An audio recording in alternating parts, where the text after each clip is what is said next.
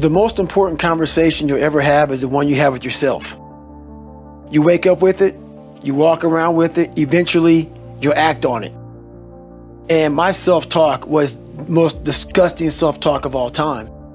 So the sewer of my mind, like I said, you have to go back in there and fix things. A lot of us are afraid, like right now, 20 years ago, you wouldn't find me on this show. I was too embarrassed to tell you I stuttered, I lied, all these different things, getting beat up, getting bullied, whatever happened.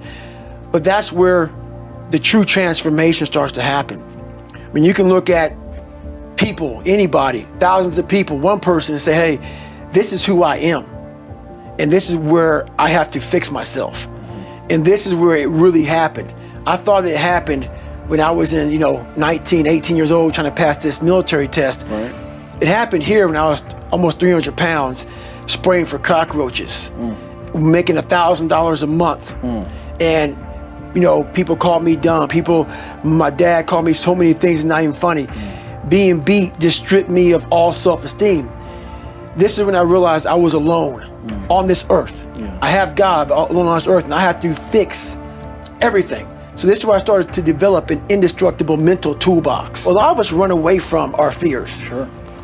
And we box ourselves in to a lifestyle of this is all we can do. Right. 'Cause I'm afraid of everything outside this box. Yeah. So I'm comfortable inside this box.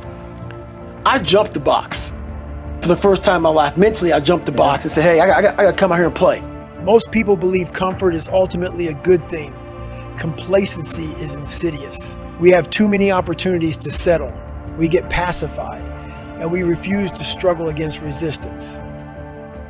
No one sits down and makes a plan for becoming obese. No one decides a dead-end job is perfect, and no one purposefully designs a relationship that leads to unhappiness. These things happen. They creep in on us. Every new rung you climb in the ladder of life is an opportunity to settle, to get comfortable. People stagnate in their careers, and some athletes never make it to the next level. They knowingly or unknowingly get soft and comfortable. The second you embrace comfort is the second you stop progressing, even if you have made it pretty far. We all have a fire in us. Whether you are aware of this fire or not, it doesn't change the fact that humans are born with an innate desire to improve. The problem is that over time, we suffocate this fire. The average American spends 3 to 4 hours on a phone each day.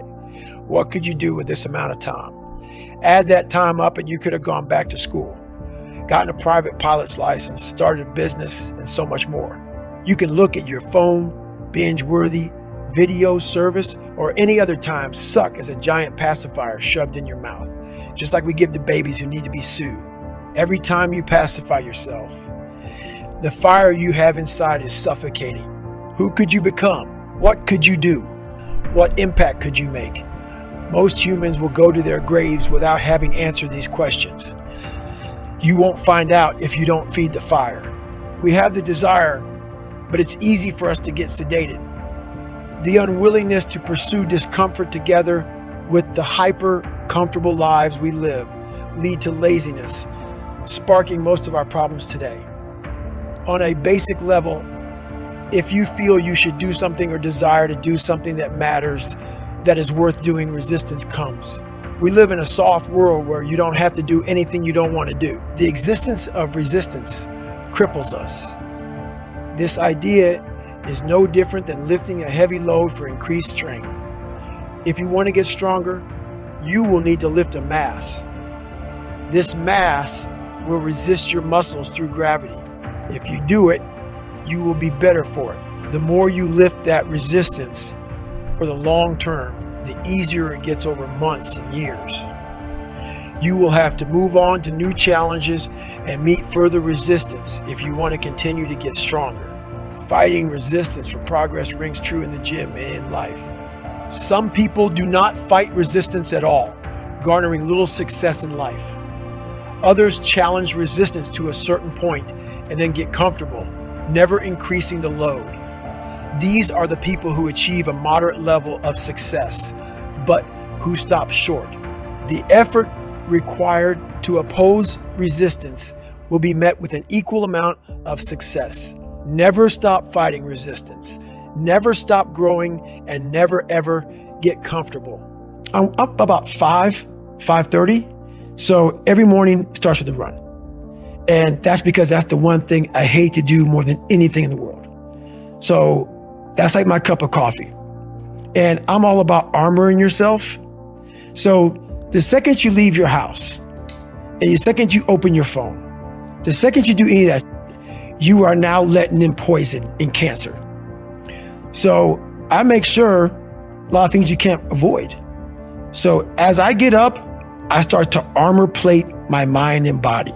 Like a person's going to war, you put your body armor on. That's what I'm doing on that run.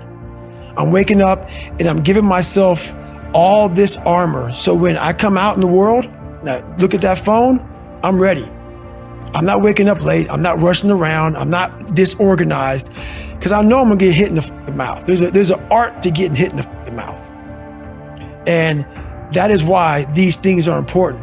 You have to wake up and you have to give yourself belief. You have to give yourself confidence. So it starts with that run. Discomfort yields progress. Discomfort is a teacher, a litmus test for activities we should be doing.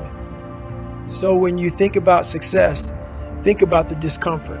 Discomfort will become how you prioritize everything and organize your effort to achieve what will genuinely make you grow. It's easy to say, chase discomfort. And if that was all there was to it, I could end up here. You could go after things that make you feel uncomfortable and see results. There is some truth to this, but in the real world, it's a bit more complicated. The challenge is that you need to find discomfort in the right areas and the right amounts. You will need to prioritize your discomfort daily. Unfocused and occasional discomfort will result in some progress. However, the growth you see with this type of effort will result in a linear progression, and what we are chasing are geometric results. You don't only need to do something that makes you uncomfortable today. You need to put a focus on your discomfort, compounded in the same areas over decades. You may have to start small, but one area of discomfort will build on the next area. And as this happens, you will see more and more success.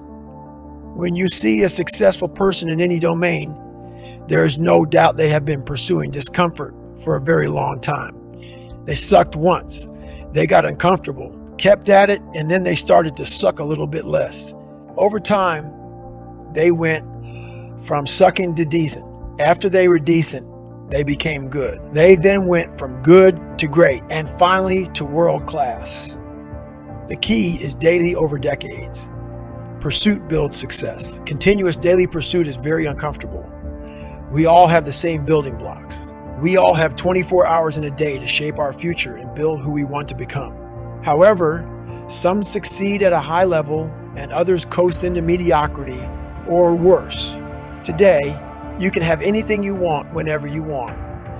New technological advances are inspiring and impressive, but are we leading it, or are these advances leading us to a life of slothful ease? You need to concentrate your efforts and limit distraction. Embrace the suck and get comfortable handling challenges alone. But where do you start? What areas of discomfort will produce results? Of all the things you could be doing, what should you be doing? Comfort is like a baby lion. You take it on as an adorable little pet, and in the beginning, loving and nurturing it is no problem. However, as the lion starts to grow, you have to feed it more and more. Eventually, you realize this beast was never meant to be your pet. That cute face that lured you in now has sharp fangs and paws the size of your head. Eventually, the lion will destroy you, because that's what lions do. Embracing comfort is an insidious process that can shorten your life and decrease your enjoyment of it. In order to make the most meaningful impact, we have to clear the weeds on comfort. Once we clear up all the sneaky ways, comfort is creeping into your life and slowing you down. Then we can tackle what killing comfort looks like and set you on the path towards a better life. I was 300 pounds twice in my life. So every day I have my shoes laid out because I hate running. People don't believe it. I hate it. So this is what happens. Every day I wake up out of my bed and there's my shoes, my shirt, my shorts, depending on the weather. There's some days I wake up and I just look at them for hours. And then I start walking around the house. And I said, I ain't running today. I'm not doing today. Nothing. I don't have to. And that's when I think, I got 2.3 million followers on Instagram. You have an obligation, not to yourself, but to everybody out there that is touched by what you do as a human being. While nobody knows what I'm doing, no one is videoing me. I am a virtual trainer mentally, because there's a lot of people out there saying, man, David Goggins and after today. And if I wake up one morning and don't do that, I go back to that David Goggins who lied about being who he wanted to be. So my thing that keeps me going every day is my mission in life. While I did not choose it, I'm an introvert and I hate what we're doing even right now, is to always stay the course, because you know exactly what it is to not man up. I've done that too many times in my life. So that's what keeps me going. It's time to visualize. Again, the average person thinks 2,000, 3,000 thoughts per hour. Rather than focusing on bullshit you cannot change, imagine visualizing the things you can. Choose any obstacle in your way, or set a new goal and visualize overcoming or achieving it.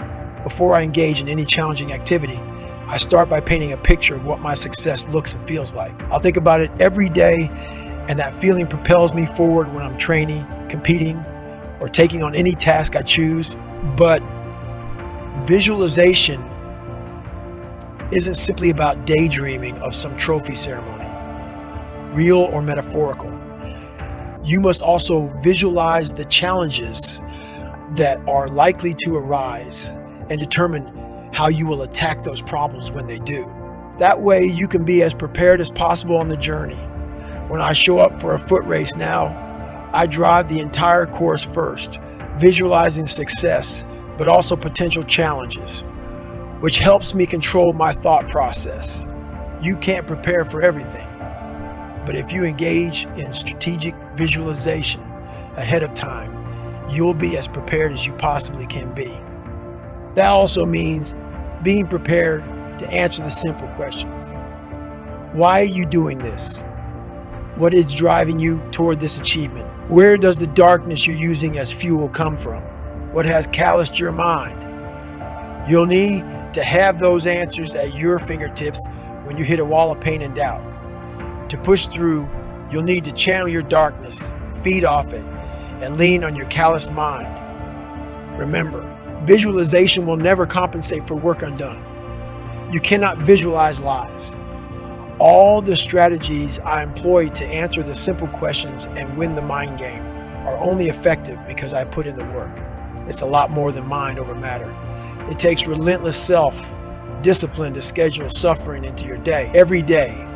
But if you do, you'll find that at the other end of that suffering is a whole other life just waiting for you. This challenge doesn't have to be physical, and victory doesn't always mean you came in first place. It can mean you finally overcome a lifelong fear or any other obstacle that made you surrender in the past. Whatever it is, tell the world your story about how you created your armored mind and where it's taken you.